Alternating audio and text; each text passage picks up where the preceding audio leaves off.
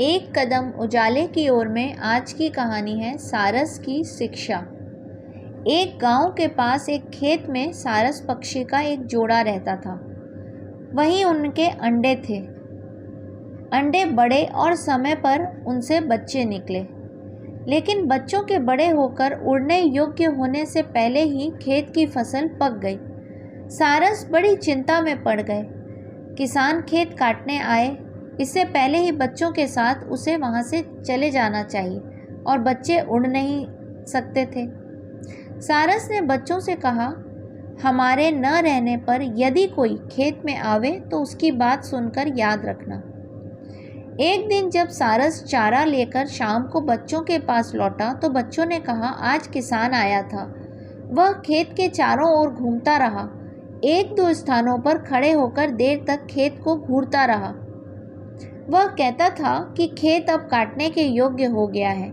आज चलकर गांव के लोगों से कहूँगा कि वह मेरा खेत कटवा दे। सारस ने कहा, तुम लोग डरो मत, खेत अभी नहीं कटेगा, अभी खेत कटने में देर है। कई दिन बाद जब एक दिन सारस शाम को बच्चों के पास आए तो बच्चे बहुत घबराए थे। वे कहने लगे कि अब हम लोगों को यह खेत झटपट छोड़ देना चाहिए। आज किसान फिर आया था। वह कहता था कि गांव के लोग बड़े स्वार्थी हैं, वह मेरा खेत कटवाने का कोई प्रबंध नहीं करते।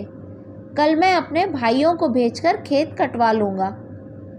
सारस बच्चों के पास निश्चिंत होकर बैठा और बोला, अभी तो खेत कटता नहीं दिख रहा है, 2-4 दिन में तुम लोग ठीक ठीक उड़ने लगोगे, अभी डरने की आवश्यकता नहीं है।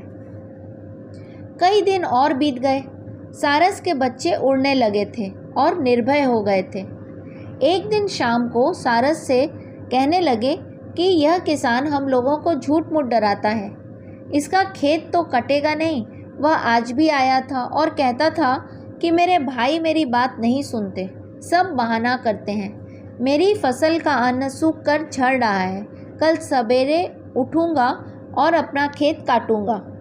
सारस घबरा कर बोला, चलो जल्दी करो, अभी अंधेरा नहीं हुआ है, दूसरे स्थान पर उड़ चलो, कल खेत अवश्य कट जाएगा। बच्चे बोले, क्यों, इस बार खेत कट जाएगा, यह कैसे? सारस ने कहा, किसान जब तक गांव वालों और भाइयों के भरोसे था, खेत के कटने की आशा नहीं थी। जो दूसरों के भरोसे कोई काम छोड़ता है उसका काम नहीं होता, लेकिन जो स्वयं काम करने को तैयार होता है उसका काम रुकता नहीं। किसान जब स्वयं कल खेत काटने वाला है तो ये खेत अब कट के जरूर रहेगा। अपने बच्चों के साथ सारस उसी समय वहाँ से उड़कर दूसरे स्थान पर चला गया।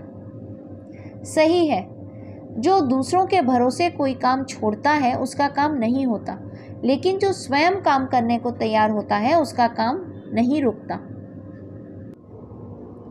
इस कहानी का संदेश मेरे दृष्टिकोण से, सेल्फ कॉन्फिडेंस मनुष्य का वह हथियार है जिसके सहारे वह चाहे तो जग जीत सकता है।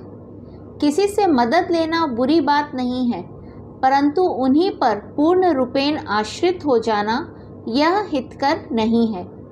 आप अपना विचार कमेंट बॉक्स में जरूर लिखें। हरिओम।